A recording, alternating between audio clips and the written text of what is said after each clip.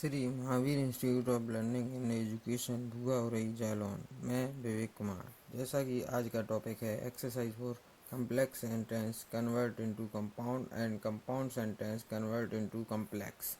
Exercise number first, example number first. इसमें जैसा कि दिखाया गया है, I am confident that he is innocent in this matter. अगर इसे हमें कंपाउंड में बदलना है तो ही इज इनोसेंट, दूसरा सेंटेंस पहले आएगा, उसके बाद हम इसे एंड लगाकर I am confident about it, क्योंकि कंपाउंड में एंड का प्रयोग किया जाता है तो इसलिए एंड यहाँ पर आया है।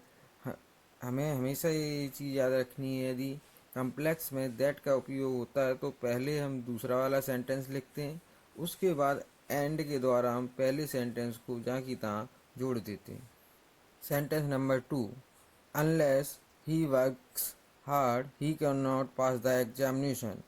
तो यहाँ पर पहले he works hard otherwise he cannot pass the examination। तो जब unless आता है तो unless को हटाकर हम otherwise का प्रयोग हम पहले सेंटेंस की बात करेंगे और दूसरे सेंटेंस को जहाँ की तहाँ लिख देते हैं।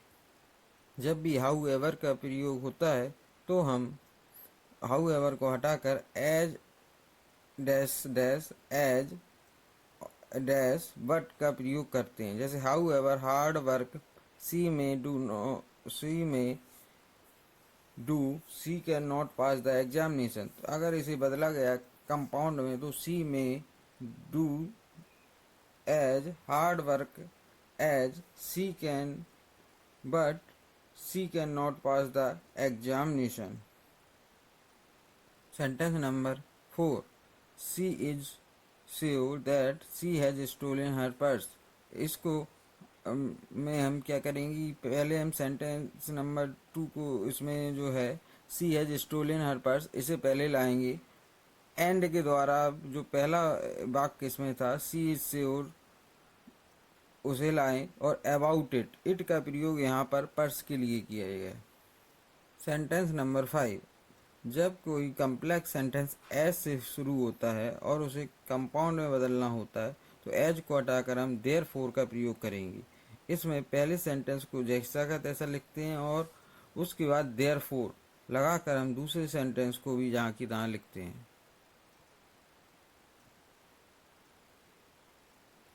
सेंटेंस नंबर 6, जैसा कि सेंटेंस 5 में था सेम उसी तरह इफ़ यहाँ पर भी आया है तो इफ़ को हटाया हमने यहाँ पर, और यहाँ पर देखो if he does not improve his behaviour he will lose all his friend. तो यहाँ पर आएगा he must improve his behaviour otherwise he will lose all his friend. तो यहाँ पर हमें डज नॉट को हटाकर मस्ट भी लगाना पड़ा क्योंकि पहला सेंटेंस नेगेटिव था, इसलिए अगर अदरवाइज शब्द आता है तो नेगेटिव को हटाकर हमें इम्परेटिव में पहला सेंटेंस बनाना पड़ता है, उसके बाद दूसरे सेंटेंस को जहाँ की तहाँ लिख दिया जाता है। जैसा कि अनलेस को हटाकर हम अदरवाइज का प्रयोग करते हैं तो यहाँ पर से सातवें सेंटेंस में वही किया गया है कि unless the culprit accept his fault he will not be spared. तो the culprit must accept his fault otherwise he will not spared. यहाँ पर 8वें sentence she did not attend the office because she felt unwell today. तो यहाँ पर जब because आया है तो बिकॉज के बाद वाला सेंटेंस पहले आएगा सी फॉल्ट अनवेल टूडे, इसके बाद बिकॉज को हम सो में बदलेंगे तो so she did not attend the office. Sentence number 9, she has lost the book that she had purchase. तो यहाँ पर दैट सेंटेंस आया है कम्प्लेक्स में, अब इसे हमें कंपाउंड में बनाना है तो सी हैड परचेज्ड दूसरा सेंटेंस पहले आएगा अ बुक और and she has lost it.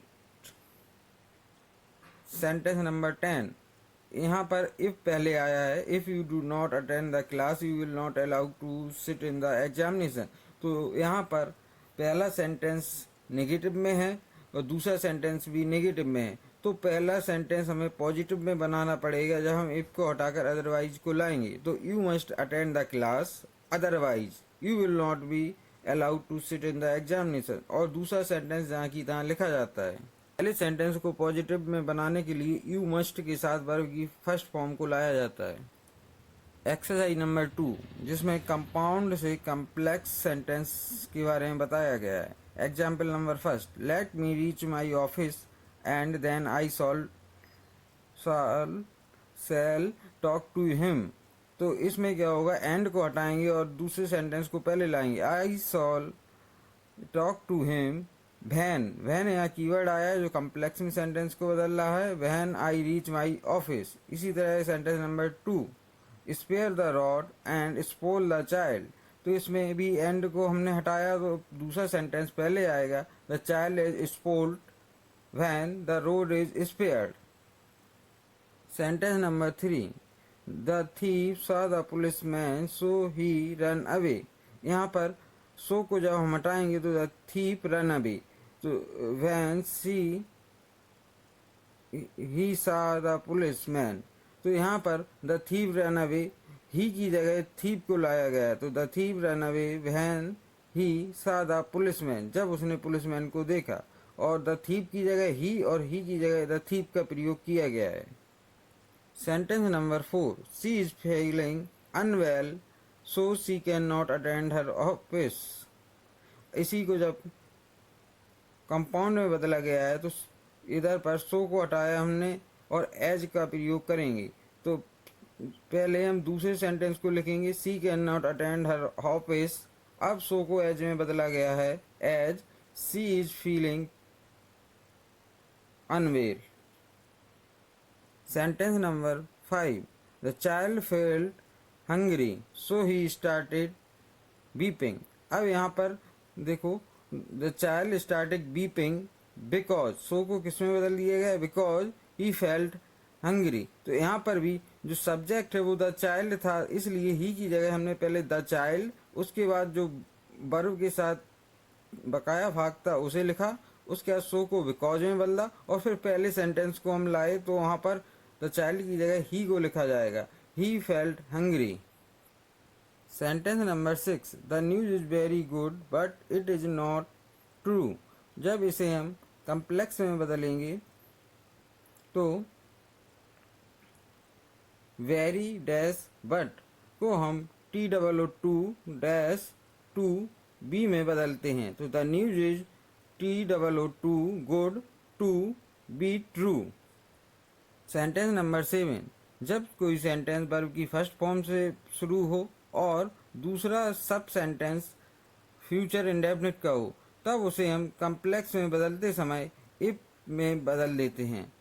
और पहले हम दूसरे सेंटेंस को लिखते हैं, you will remain healthy if you eat less. यहाँ पर जो यू आया है वो दूसरे वाले सेंटेंस के सब्जेक्ट के अनुसार आया है। Sentence number 8, the old man is very rich but he is a माइजर। तो द ओल्ड मैन जो है वो उसकी जगह बट के बाद ही का प्रयोग किया गया, तो ही द ओल्ड मैन के लिए आया है। इसलिए जब कम्प्लेक्स में बदलेंगे तो the old man is miser, दूसरा सेंटेंस पहले आएगा, बट को थ्रो में बदलेंगे, through he is very rich, वह बहुत अमीर है। Sentence number 9, children put on new clothes and went to see the fair. तो यहाँ पर दूसरे सेंटेंस में वेंट टू सी फेयर आया है, यहाँ पर सब्जेक्ट की कमी है। तो सब्जेक्ट पहले सेंटेंस में चिल्ड्रन है तो वही सब्जेक्ट यहाँ पर दूसरे सेंटेंस में भी होगा। एंड को हटाकर हम इसे जब कम्प्लेक्स में बदलेंगे तो children went to see the fair, and को आफ्टर में बदल दिया, after putting on new clothes. जब कोई कंपाउंड सेंटेंस वर्ब की फर्स्ट फॉर्म और कंजक्शन के साथ दूसरा सेंटेंस फ्यूचर इंडेफिनिट का हो तो उसे कम्प्लेक्स में बदलते समय हम पहले दूसरे सेंटेंस को लिखते हैं, उसके बाद और को इफ में बदलते हैं और उसके साथ यू डू नॉट के साथ बकाया जो पहला सेंटेंस होता है उसे जहाँ की तहाँ लिख दिया जाता है, जैसे कीप क्वाइट और यू विल रिपेंट। तो यहाँ पर लिखेंगे you will repent if you do not keep quiet. तो इफ यू डू नॉट, इसे पूरा अपने आप लिखना पड़ता है।